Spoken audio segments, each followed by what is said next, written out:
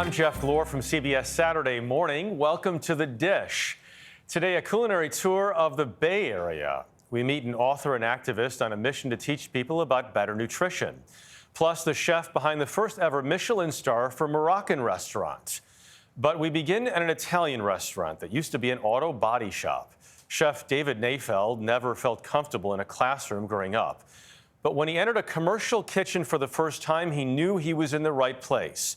Dana Jacobson visited his award-winning restaurant, Kico, to taste his so-called rustic finesse cuisine. San Francisco's Kico is a feast for the senses. All of the senses. It's loud and vibrant, and the food is unpretentious and unapologetic.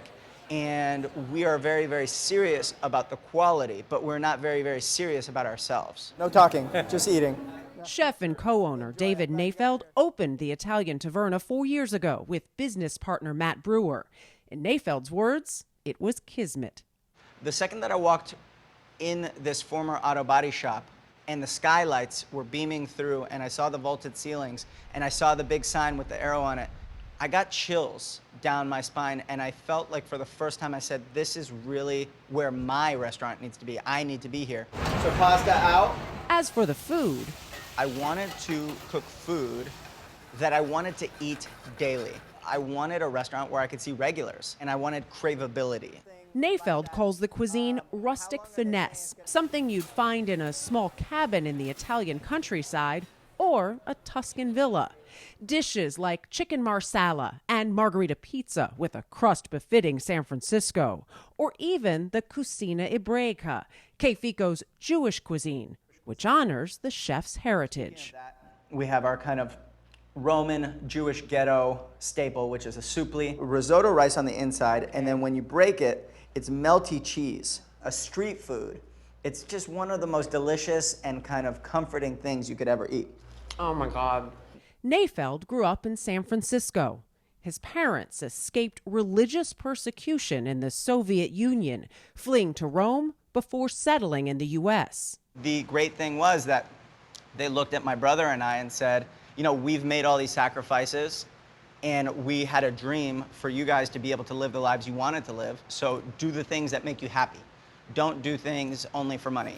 I'm good with the bigoli and I'm good with the mezzaluna. For Nayfeld, it turned out to be a little of both, finding happiness and money washing dishes at a local restaurant. School was just never something that connected, right, for me. I just missed everything that was said. And it was just painful for me to sit in a classroom. The second I walked into a kitchen, I was pointed at a stack of pots and pans, grease everywhere, soap suds coming over the edge of the dish pit. And I just felt it. I felt like I was in my place. I understood what was going on, and it just made sense from that moment. He says ADHD was what made traditional school so difficult. But when he got to culinary school, everything changed. I had never done well in math. I had never done well in geography, never done well in science. The second that you applied any of those things with the filter of food, wine, and hospitality, all of a sudden my mind was able to pick it up. From the Culinary Institute of America, Nayfeld began to build a resume few can match, working in world-renowned kitchens like Nobu, 11 Madison Park, and The Mansion. Among the things he learned: refinement, an eye for excellence, and an unwillingness to compromise on excellence and on integrity. The manifestation was Kico, where Nayfeld says he found his true voice as a chef, creating connection by using seasonal and market-driven foods, like the sun-gold tomato and San Francisco Bay anchovy salad, or a simple small melon plate with olive oil, basil, and mint. They sing together, it's harmonious, and I think that that's the key to our cuisine, really, is this idea of finding finesse. The sweet corn trangoli, another perfect example. Pureed sweet corn inside handmade pasta, topped with corn, chanterelle mushrooms, and chives. I love this. This, to me, this is summer flavors. So, once again, simplicity, not over-adorning it, not trying to show too many techniques. The technique is the quality of pasta, the perfection of the cook, and the sourcing of the ingredients, right? Very, very simple. And while Nafeld clearly takes pride in each bite, Dark chocolate and hazelnuts. It's one of my favorite pairings. he admits his priorities shifted when he became a father to now 3.5-year-old Elena. My restaurant functions without me every single day. The team that we've cultivated here is incredibly talented. That's why it works. And it works because they're incredibly talented. They buy into the ethos and the values. We compensate incredibly well, which is something that I cannot, state enough, which is fair compensation is tantamount to our industry moving forward. It's why Kico raised its wages and its prices post-pandemic. We've been able to include a profit-sharing model with our team. We distributed $70,000 from 1/4 of profits to our staff. Folks who have been here for a number of years, managers, dishwashers. Front of house, back of house, everybody. What we're doing is we are really creating a space for people to come, to learn, and to have security in themselves and in their lives, and not feel like they have to sacrifice every shred of human dignity in order to just be here. What do you hope somebody who comes in here just to dine walks away with? Simply put, I just want people to enjoy the moment, right? And I want you to order something that makes you happy. I don't necessarily need people to be batted over the head with the fact that we roll every sheet of pasta by hand and we make ragu over 12 hours and that we put 36-month Parmigiano Reggiano on it. Those are all things that we know for our own satisfaction of our craft, of our métier. The guests should just know that they love it and that they're enjoying it, and that's all. Up next, the James Beard award-winning chef who says he's on a mission to feed the mind, body, and soul of all people. Bryant Terry was the chef in residence at San Francisco's Museum of the African Diaspora from 2015 to 2022, where he shared his passion for teaching people about healthier food choices. Michelle Miller visited Terry's kitchen for a taste of his unapologetically vegan recipes. I would argue that this is the recipe that's the foundation of my new book. So it's a citrus and garlic herb braised fennel. Not many people get excited about fennel. Not like Chef Bryant Terry. Have you had cooked fennel? I'm sure I've had it. I'm cultured. You know that, right? I do know that. In his cookbook, Vegetable Kingdom, the James Beard Award winner presents recipes focused on some 30 vegetables. And you smell the anise-like Yes. flavor. Oh, yes. Hoping to once again lure readers to the bounty of a plant-based diet. My personal transformation, when I was in high school, it was a hip-hop song. This is what I've been saying to you all. Boogie Down Productions rap Beef by KRS-One. You mind if I kick the lyrics? Yeah, go for it. Okay, so it goes like this. Beef, what a relief. When will this poisonous product cease? Let us begin now with the cow, the way it gets to your plate and how. 21 different drugs are pumped into the cow in one big lump. It gets much more graphic, so I'm gonna stop there. Chef Terry is unapologetically vegan. What about those folks out there who are daunted by the idea of veganism? I tell people, just ease into it. Meatless Mondays, vegan before 6. Try maybe going 1 or 2 meals without meat.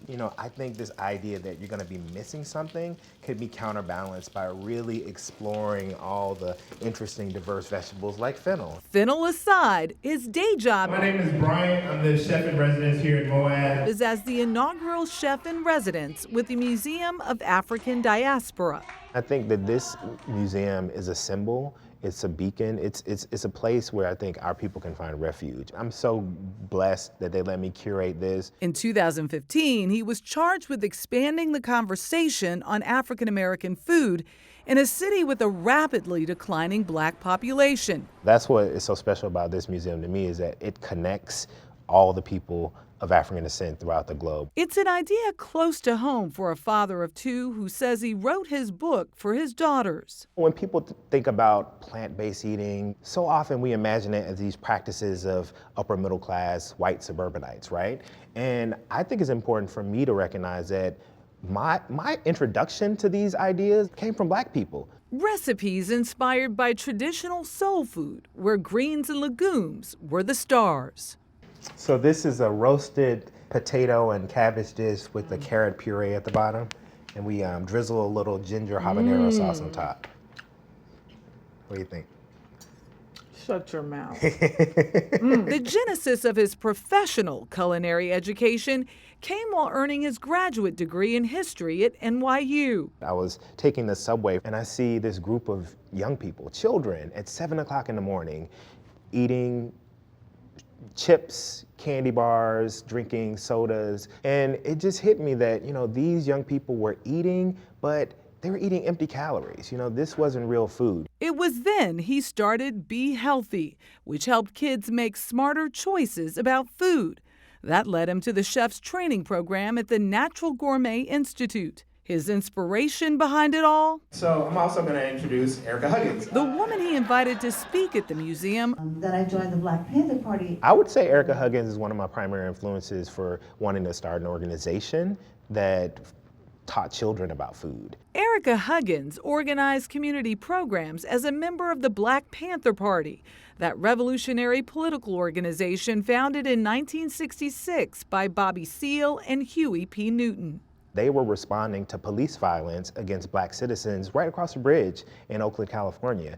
The most important work that they were doing, which was largely done by women, they were doing everything like having ambulance services to take people to the hospital. They had free clinics. They had grocery giveaways where they were giving away thousands of pounds of groceries to low-income residents of the Bay Area. And they had a program called the Free Breakfast for Children program, whose aim was feeding young people a hot, nourishing breakfast every single morning. Real food, like the kind from his grandfather's backyard in Mississippi, which closely resembles today's farmers markets and CSAs. Communities really shared, neighbors shared with one another. My grandfather would be like, I'm gonna give you a bag of walnuts, you give me some of those pears. He had so much that he would give it away to all his children. He would take the surplus to church. It was a thriving local food system, and what saddens me is when I go back there and it's just a shell of itself. It's a nationwide problem. According to the USDA, 14 million households in America don't have access to affordable and nutritious food, which can add to dangerously high rates of hypertension, heart disease, type 2 diabetes, and certain cancers. There was a study about this neighborhood, West Oakland, California, in 2008, and they found that there were 53 corner stores and liquor stores in this community, and not one single supermarket. Not one single supermarket. And so I wonder, what if we shifted that? What if we went back to that thriving local food system? How would that impact the public health in that community? The Memphis native has partnered with allies like his mentor Alice Waters, the Berkeley food activist and owner of the legendary Chez Panisse. But ultimately, he is motivating communities to lead the charge themselves. This food movement has just exploded. A lot of people are thinking about creative ways of kind of regaining our food system, taking it back from the multinational corporations, having local, seasonal, sustainable food systems. And you've become a food justice advocate. Advocate, activist, it depends on who you ask. We have a history and legacy of eating, healthful foods, but because of our fast food culture, so many of us have forgotten about that. It's almost like this cultural amnesia. For Terry, it's really about feeding the mind, body, and soul of all people. I want people to understand the diversity and complexity of our cuisine and not just pigeonhole it. I'm helping people remember that these are our legacies, these are our histories, and it's really a matter of kind of looking back as we move forward. After the break, we meet the chef at the helm of 2 restaurants with Michelin stars. This is The Dish. Chef Mourad Lalou came to America at the age of 17 for college.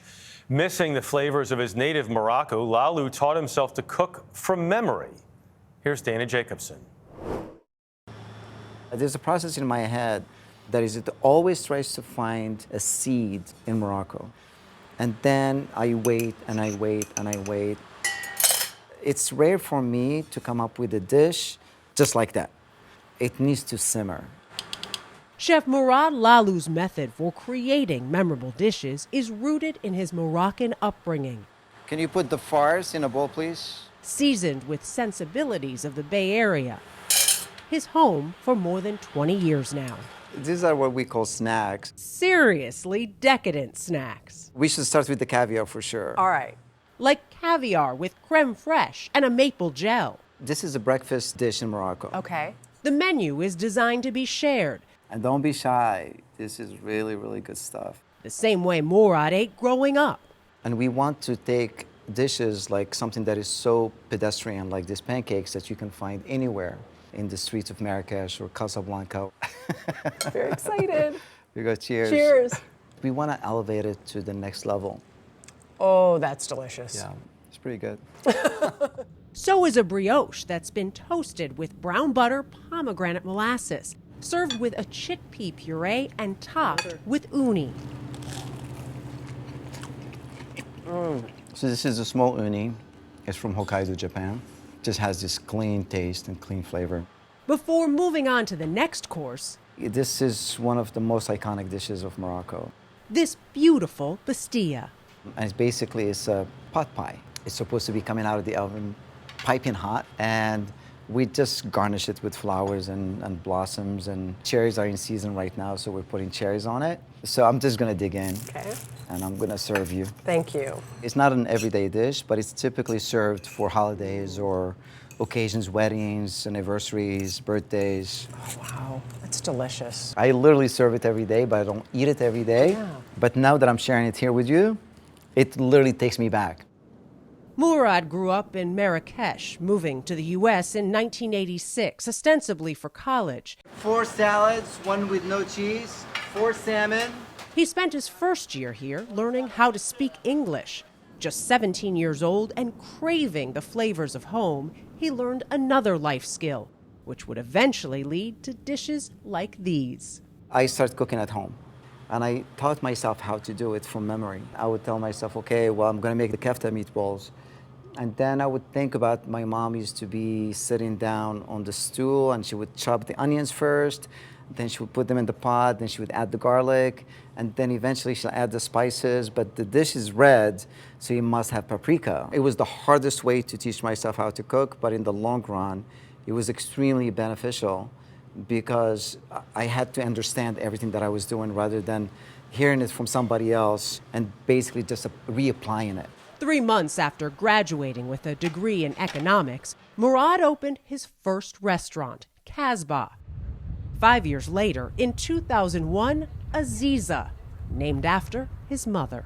When I first opened, my goal was to recreate everything that I had in Morocco to the smallest detail. The way it looked, the way it tasted, the way it ate, everything. And that's when I made the revelation that it's not gonna taste the same. It's not gonna mean the same. It's almost like saying, I love you to somebody in a different language, but they don't understand it. And that's when I tried to build that bridge and say, okay, this is where I came from. I'm gonna bring that with me over this bridge to the other side and present it to the other side. That approach earned Aiza a Michelin star, a first for a Moroccan restaurant in the U.S. In 2015, Murad opened his Economus restaurant, quickly earning another star for its elevated take on Moroccan fare. The menu includes 3 special dishes, served lasha, or family style, a whole striped bass with chermoula. And you like just dig in and shred as much as you want, and you make a wrap. That's basically all you do. Short rib cooked for 72 hours with aged butter, preserved lemon, and spices. And it wouldn't be a Moroccan meal without couscous, but not the kind many of us are used to. I will admit, all I knew of couscous was what came out of a box. Yes. That's not how I should think of couscous. No, absolutely not. Couscous is a very special dish. It's mesmerizing if you thought about it. It's made out of this little beads of semolina that you tirelessly work to mold and form, and individually, they don't mean anything. You can take one of them, put it in your mouth. It doesn't taste like anything. Right. But collectively, when you eat them, it's a beautiful thing in your mouth. If I were to die, my last meal would definitely be steamed couscous with brown butter. That's it. That's it. That's all I want. And while Murad enjoyed each bite with us, he admitted, like most chefs, he doesn't often take time to savor his own creations. but he does appreciate watching others do so. There are times when I would get out of the kitchen, go up the stairs, and overlook the room and watch people eat the food and watch the expressions on their faces. The level of trust that people put in you to actually make things without them knowing you in a remote area in the kitchen, and you send it to them and they take it willingly and put it in their bodies. Think about it. How much, trust and faith and love is in that transaction. At the heart of it all is Murad's Moroccan heritage. Near the restaurant's entrance sits this 14-foot-high art installation made from the roots of a tree, an ever-present reminder of where both he and his food are rooted. This dish has taken years for me to get to this point. Somebody can eat it and say, well, it's roast chicken with some Moroccan flavors. Okay, great, brilliant. But I felt like for me to be honest, I need to project who I am and what I'm feeling onto these dishes. All I can tell you is where I am in my life, this is a reflection of who I am. For more stories like these and live coverage of breaking news, stream us right here on CBS News 24/7. I'm Jeff Glor. We'll see you next time for another helping of The Dish.